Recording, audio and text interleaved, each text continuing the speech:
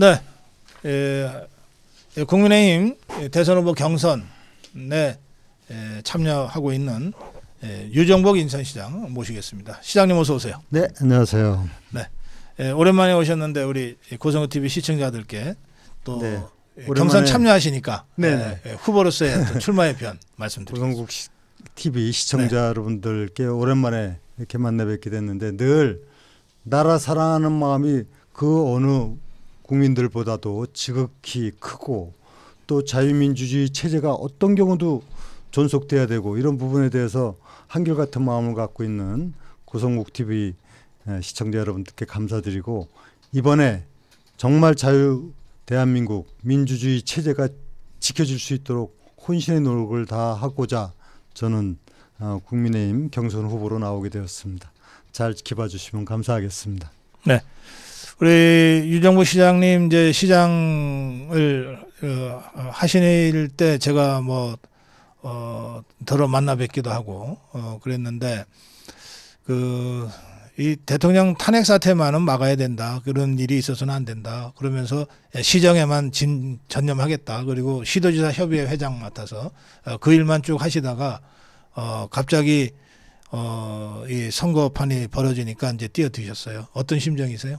네, 지금 고 박사께서 말씀하신 대로 참 이런 전국 상황이 되리라고 누가 예측했겠습니까? 그러나 어떤 경우도 헌정 중단 사태나 자유민주주의 체제가 붕괴되는 것 이것만큼은 막아야 되는 심정으로 네. 탄핵만은 피해야 된다는 사실 그 기본적인 입장은 변한 적이 없습니다. 네. 그런 차원에서 지금도 어떻게 이 자유민주주의 체제를 지키기 위한 체제 전쟁에서 이길 것인가. 네. 이것이 우리의 과제이고 반드시 지키지 않으면 정말 이번에는 큰 국가의 위기가 온다 하는 그런 마음입니다. 예, 이 체제 전쟁에서 이겨야 한다. 대한민국을 지켜야 한다.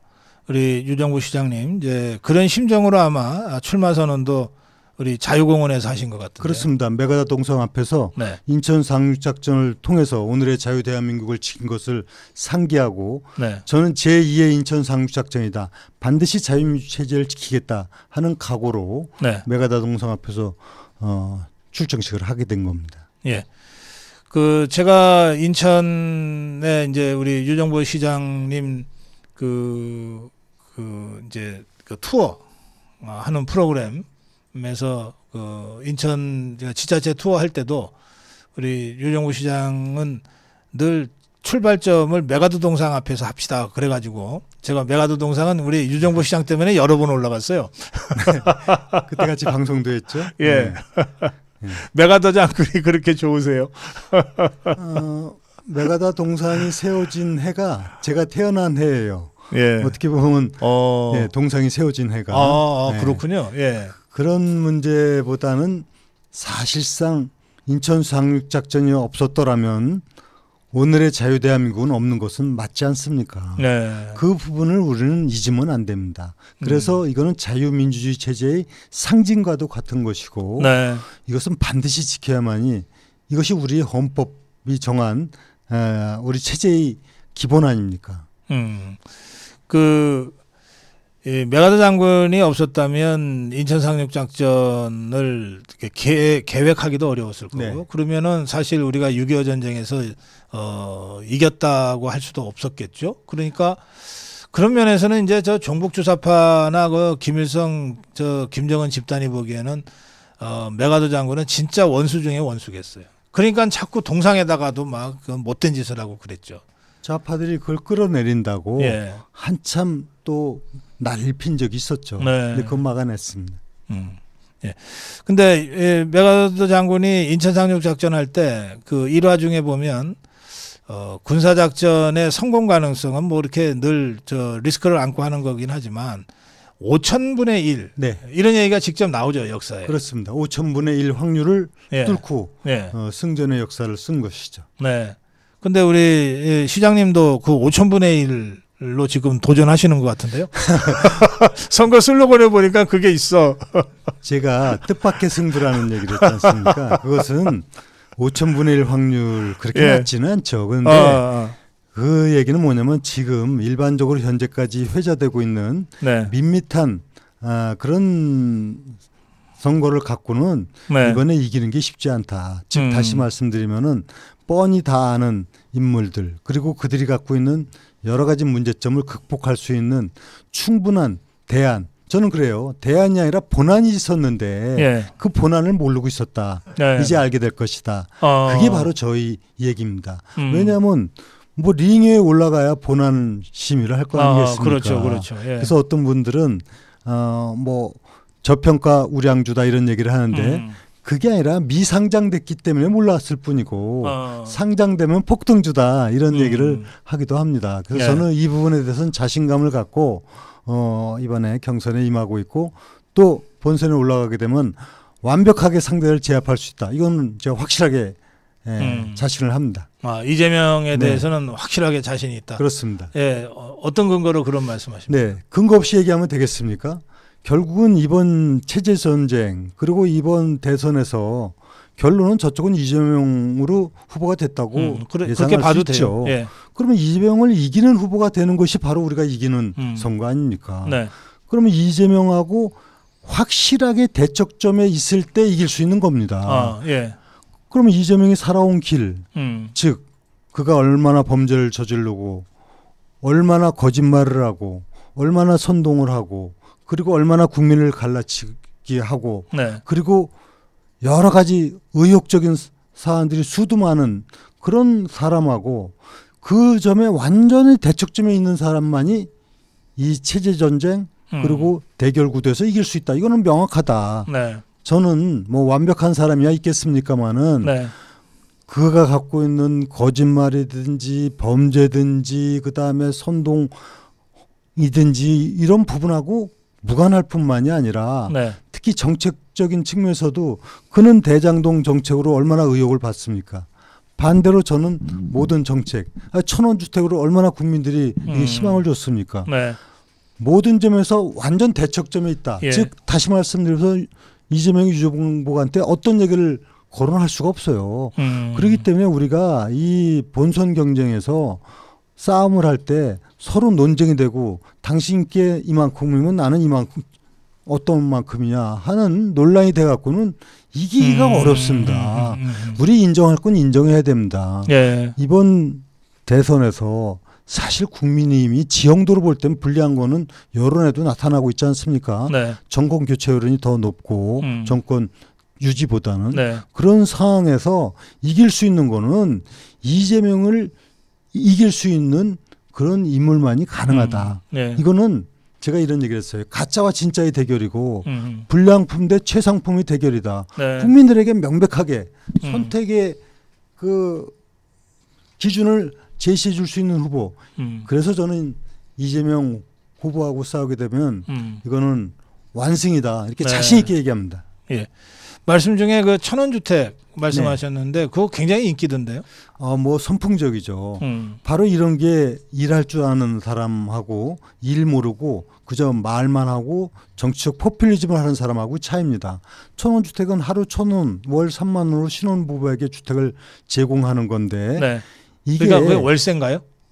임대료니까 월세죠. 예. 임대료 한 달에 3만 원. 그런데 이 부분은요. 네. 인천시 예산 15조의 0.02%, 즉 36억으로 다 해결이 되는 겁니다. 그러면 이재명은 기본소득제다 해가지고 25만 원씩 나눠주자. 이건 13조가 들어가는 예. 겁니다. 13조. 네. 36억으로 신혼부부들의 주택 문제를 완전히 해결하는데 이거에 대해서 어떠한 반론도 제기하지 못하고 있습니다. 다른 단체 지자체에서도 그거를 좀 그 벤치마킹하는 데가 있던데요. 이게 선풍적인 인기를 얻고 있고 각 공무원들이 와서 다 벤치마킹을 하는데 예. 이제 시도지사들의 결심 사항 아닙니까? 네네. 그래서 제가 서울시나 경기도 같은 경우 당장에 시행하면은 엄청난 진짜 효과가 있습니다. 그런데 이제 국토부 장관하고도 만나고 정부하고 협의를 해서 국가 정책화한다 이런 얘기를 하고 있고요.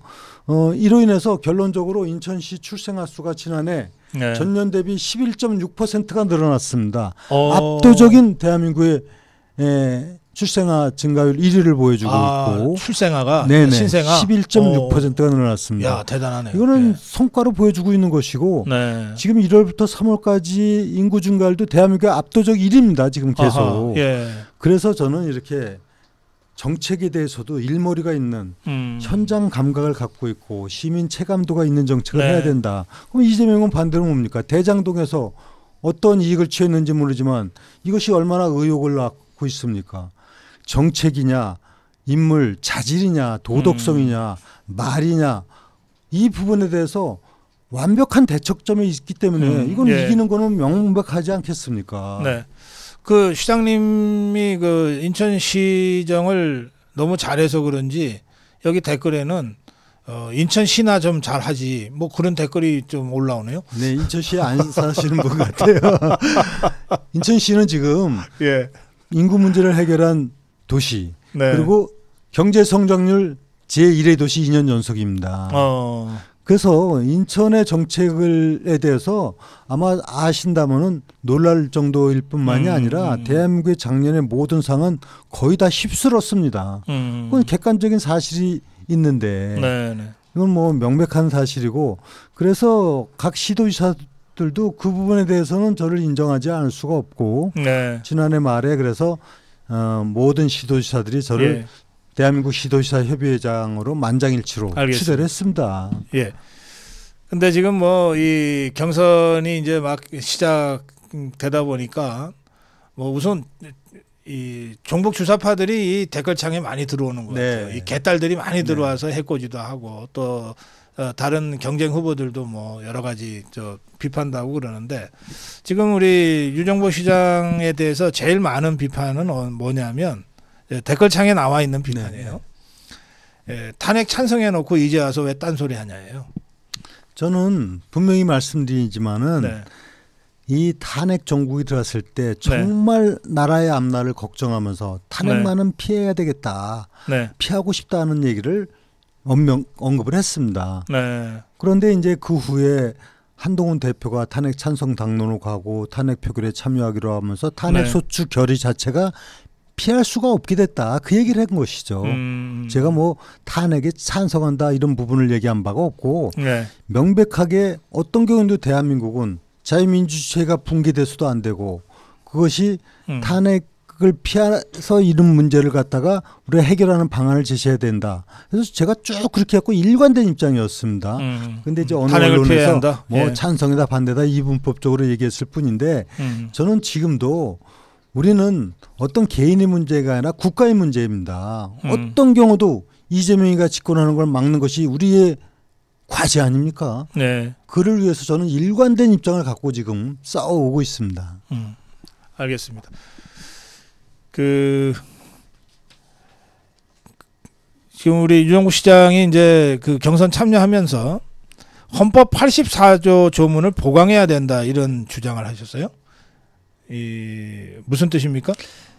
제가 개헌을 주도적으로 이끌어오고 있지 않습니까? 예. 개헌안을 전문부터 부치까지 만들어서 공표한 건 유일하게 접니다. 네. 다른 분들은 개헌해야 된다는 정치적 주장만 말로만 하고 하는 것이죠. 예. 네. 그런데 개헌을 주장하니까 정치권 모두가 다 찬성을 합니다. 심지어는 우원식 국회의장, 정대철 헌정회장을 비롯한 모든 여야를 막론하고 찬성하는데 이재명 한 사람만 반대를 한 겁니다. 네. 자기는 지금 빨리 조기 대선에서 대통령 되는 것이 목표이지 나라가 어떻게 되든 체제가 어떻게 되든 관계가 없는 사람입니다. 이재명이 하나가 반대하니까 안 되는 것 같던데요. 그래서 우원식 의장이 예. 며칠 전에 대선과 개헌을 동시에 할 수 있다고 했는데 2, 3일 만에 그거는 현실적으로 어렵다고 얘기했지 않습니까? 그럼 둘 중에 하나입니다. 우원식은 국회의장이라는 사람이 그렇게 무능하거나 무책임하거나 아니면 이재명으로부터 뭐 협박을 받았든지 네. 둘 중에 하나 아닙니까? 네. 그런데 이재명이 이렇게 얘기를 합니다. 개헌 가능하다. 그런데 개헌 요건을 좀 강화하는 개헌을 하자. 이렇게 얘기를 했어요.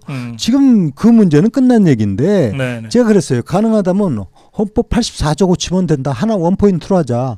헌법 84조가 대통령은 내란 또는 외환의 죄를 제외하고는 재직 중 형사상 소추받지 아니한다 아닙니까? 재직 중에 발생한 범죄 하나서 형사수치 받지 아니한다로 고치자 이거죠. 그러면 문제가 없지 않습니까?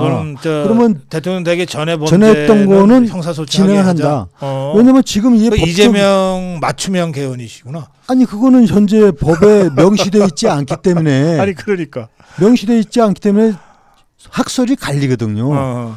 대통령이 되면 그 전에 지금 재판 받고 있는 거 다 중지되냐 아니냐 그거는 논란이 있어요. 논란이 있지 않습니까? 네. 그래서 그거 하나만 하자. 그게 84조 개헌이에요. 그러면 자신이 당당하다면 그거부터 해야죠.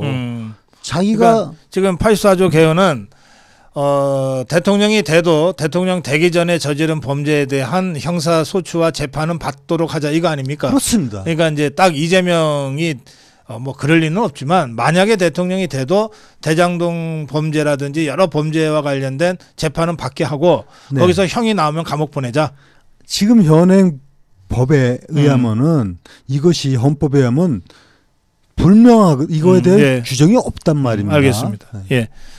아까 이재명 잡을 사람은 유정복이다 그렇게 주장하셨는데 진짜 개헌을 통해서라도 잡겠다 그 말씀이시네. 저는 84조가만 된다면은 네. 그걸 통해서도 이재명은 아마 지금 재판 받고 있는 게 진행된다면은 네. 뭐 재판은 결과에 따라서 어떻게 될지 모르겠습니다만 지금 5개 재판을 받고 있지 않습니까? 네. 그렇다면은 이재명이 자신 있으면은 이거 명확하게 하겠다는 건데 받아야 되는 거 아닙니까? 알겠습니다. 또 뭐 여러 후보들이 여러 공약을 내세우고 있지만 아주 눈에 띄는 공약이 하나 있어서 이 부분만 제가 질문을 마지막으로 드릴게요. 여성 징병제를 주장하셨습니까? 여성 징병제라고 표현한 뭐 같은 개념이라고 예. 볼 수 있는데 모두 징병제라고 했습니다. 모두 징병제. 예. 지금 대한민국의 가장 심각한 문제는 바로 저출생에 따른 인구 문제 아닙니까? 네. 안보와 경제가 가장 중요하지만 그러니까 인구 모두 없이 징병제는 여성, 남성 모두란 네, 뜻입니까? 모두란 뜻인데요. 지금 지난해 태어난 우리 출생아가 24만 명입니다. 네. 근데 우리가 군대 가야 될 자원이 1년에 25만 명입니다. 그러면 24만 명 중에서 남자가 반 12만 명, 또 군대 갈 자원은 한 10만 명. 그러네요. 10만 명인데 25만 명이 군대 가야 되거든요. 절대적으로 10만 명 이상이 이건 부족하네. 당장의 시급한 문제입니다. 네네. 그래서 대안을 제시해야 되는데 정치인들이 좀 어떻게 보면 이런 문제에 대해서 표를 생각할 때 유리할까 불리할까 생각하면서 망설이고 있는 거 아닙니까?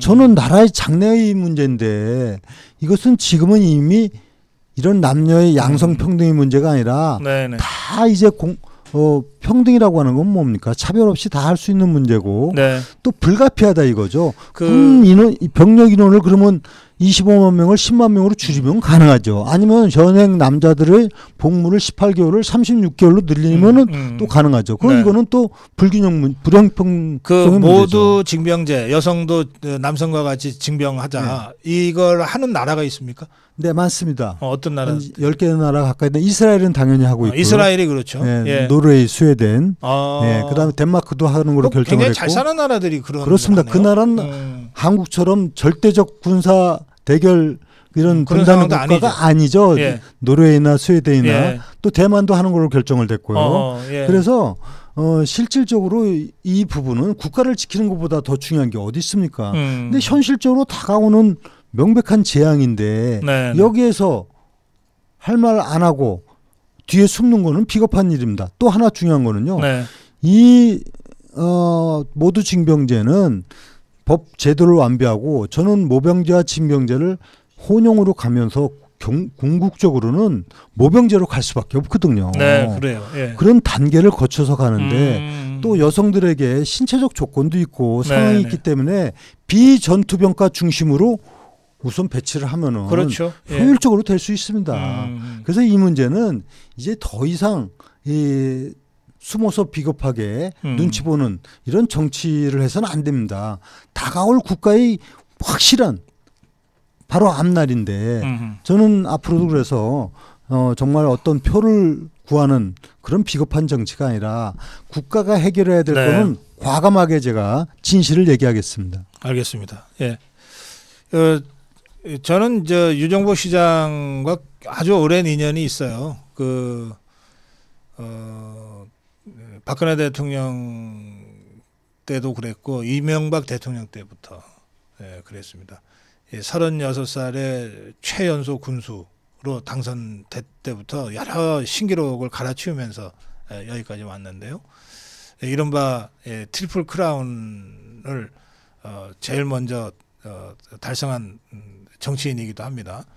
트리플 크라운이라는 게 뭐냐면 국회의원, 그다음에 도지사 장관, 그다음에 도지사, 그다음에 장관. 그러니까 대통령 빼놓고는 다 해보는 거죠.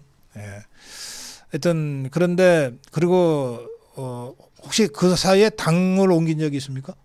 저는 국회에 들어와서 17대부터 네. 한 번도 국회의원 돼서부터 당 옮긴 적이 없는데 네. 당명은 많이 바뀌어가지고 당명은 바뀌었지만 지금의 국민의힘의 전신 예. 전신 한 번도 당을 옮긴 적이 없습니다. 지금 댓글창에 자꾸 유정복 시장에 대해서 뭐 누군지 모르겠다 이런 식의 댓글이 오니까 어떻게 유정복을 모르고 국민의힘 당원이라고 하냐 이런 댓글까지 올라와 있어요. 하여튼 뭐 경선이 본격적으로 시작되니까 뭐 이 댓글창이 좀 여러 가지로 좀 어지러운 것 같은데 저하고는 그렇게 오랜 인연이 있어서 사진 잠깐 보여주세요. 사진 좀 띄워주세요. 어떤 사진인지 모르실 거예요. 제가 왜 윤석열 대통령 탄핵 저지 투쟁 일환으로 단식 농성 투쟁한 적이 있잖아요. 근데 많은 분들이 제게 낮에 투쟁하고 생방송 할 때 오셨는데 우리 유정복 시장은 원유철 의원하고 그때 밤에 오셨어요. 한밤중에 와서 저만 잠깐 보고 가셨어요.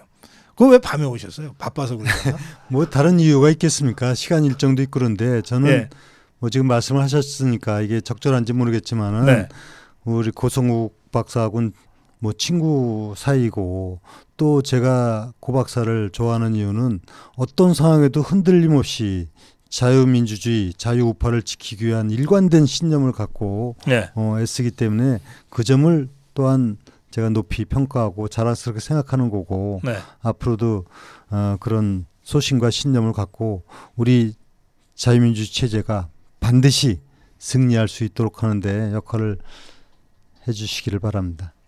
그래요. 보통 정치인은 뭐 하여튼 뭘 해도 다 이렇게 언론에 나려고 하는데 유정복 시장은 가급적이면 언론에 안 나게 움직이는 것 같아요. 그러다 보니까 이 중앙 정치의 전국 지명도라고 하는 게 있잖아요. 이 대선 출마를 한다 뭐 이렇게 하면 대선 출마는 이번이 처음이시던가요? 처음입니다.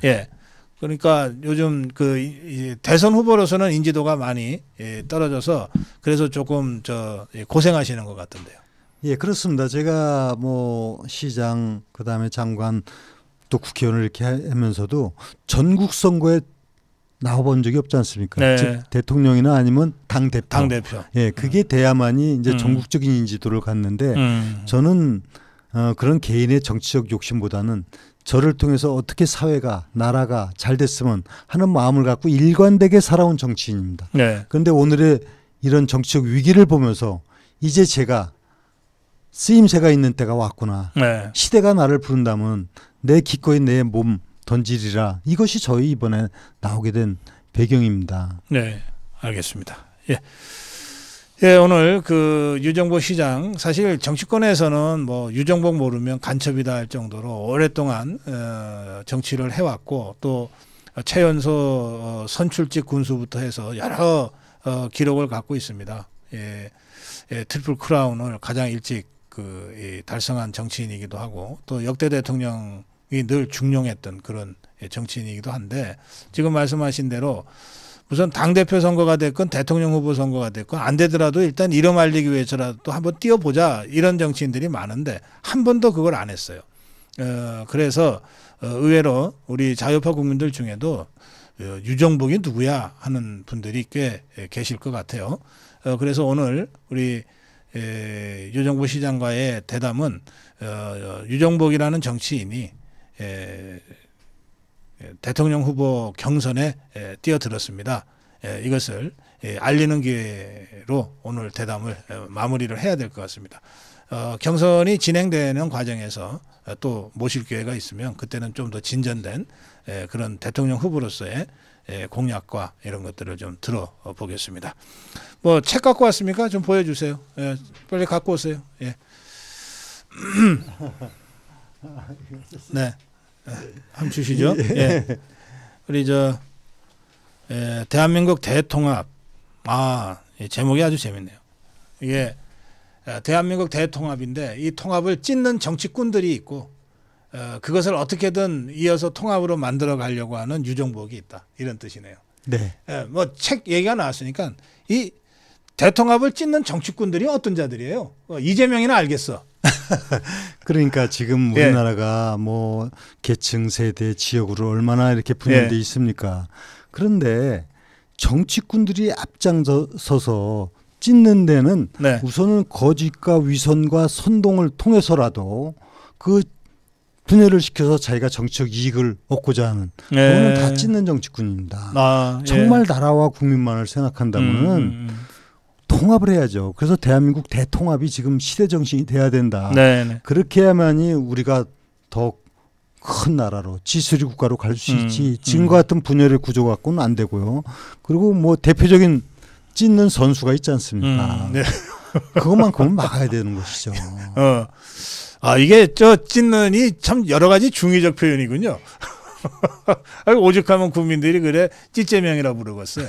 하도 찢고만 다녀서 이 찢는 정치꾼을 막기 위한 맞춤형 대안이 유정복이다. 이런 주장을 이 책에 담았습니다. 찢는 정치꾼 있는 유정복. 그래서 이번에 대선을 저는 어떤 것이 이 가장 포인트 좀 핵심적인 어젠다가 돼야 되느냐. 저는 이렇게 얘기해요. 이 찢는 정치꾼 뭐냐면 결국은 일하지 않는 자들과의 마지막 전쟁이다. 저는 이렇게 주장을 합니다. 즉 일하지 않고 이 정치꾼들은 남의 거 뺏쳐먹고 사는 거예요. 자기 권력을 갖고 뺏쳐먹고 사는 거예요. 일하지 않고 남의 거 뺏쳐먹는 이런 정치꾼들을 몰아내고 진정 일하는 사람이 대우받고 부자 되는 사회를 만들어야 된다. 이것이 저희 지론입니다. 그래서 이번은 자유민주주의 체제를 부정하는 세력들 그리고 일하지 않고 뭔가 얻으려고 하는 세력과의 마지막 전쟁이다. 즉 가짜와 진짜의 마지막 전쟁이다. 저는 이렇게 얘기하고 싶습니다. 자, 국민의힘 그 경선 출마를 했습니다. 유정복 인천시장입니다. 마무리 한 말씀 듣겠습니다. 네, 고성국 TV 시청자 여러분들께서 자유민주주의 체제를 지키기 위해서 우리 고 박사님하고 늘 함께하는 거 저는 너무나도 잘 알고 있고 감사하게 생각합니다. 결론은 우리가 이겨야만이 우리의 이 간절한 소망과 바람을 이어갈 수가 있습니다. 이번 대선이 바로 그런 국가의 명운을 좌우하는 중대한 대선입니다. 제가 지금까지 살아온 모든 것을 다해서 자유민주주의 체제를 지키고 또 잘못된 세력에게 권력을 넘겨주는 일이 결단코 없도록 하겠습니다. 그리고 더 나은 미래로 나아가도록 하겠습니다. 우리 고성국 TV 시청자 여러분 늘 감사드리는 마음 다시 한번 전해드립니다. 감사합니다. 네, 고맙습니다. 네, 유정복 인천시장과의 그 경선 후보 대담 여기서 마무리하고 고성국 TV 아침 생방송도 오늘 여기서 인사드리겠습니다. 네, 내일 아침에 뵙겠습니다. 유정복 시장과 함께 인사드리겠습니다. 여러분 고맙습니다.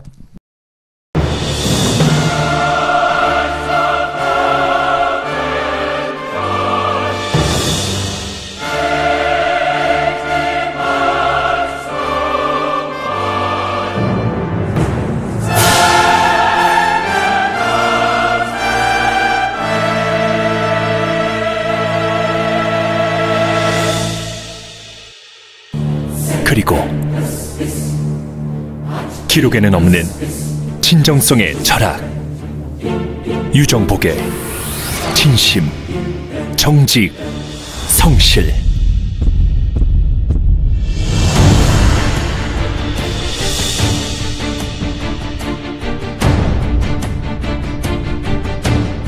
기록만큼이나 특별했던 유정복의 진심의 길. 36세 역대 최연소 군수를 시작으로 대한민국 정치에 새바람을 일으킨 사람.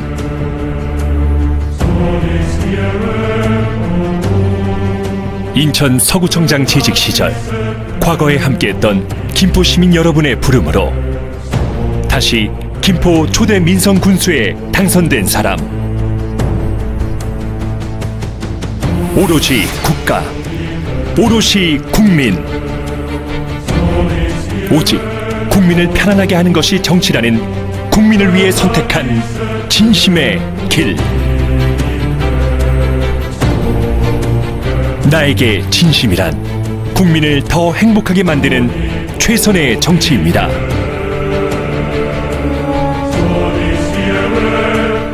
당신은 정직만으로도 성공할 수 있다는 희망을 제시하였고, 이념을 넘어 모두가 하나 되는 정치의 새로운 가능성을 보여주었습니다.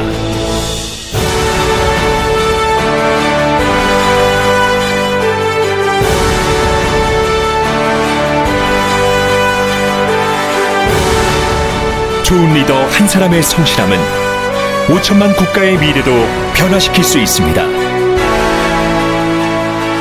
저출산율의 극복을 넘어 나라의 미래까지 생각하는 사람. 국민 누구나 편히 살 수 있도록 경제적 약자의 편에 서는 사람.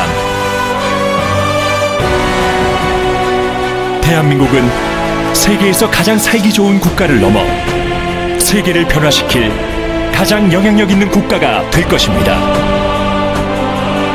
우리는 지금의 대한민국을 넘어 세계 10대 국가를 향해 나아갑니다.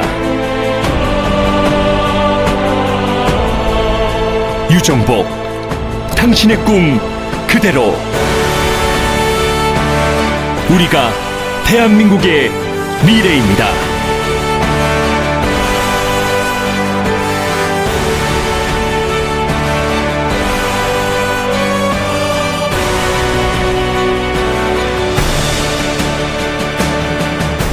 일하는 대통령 유정복.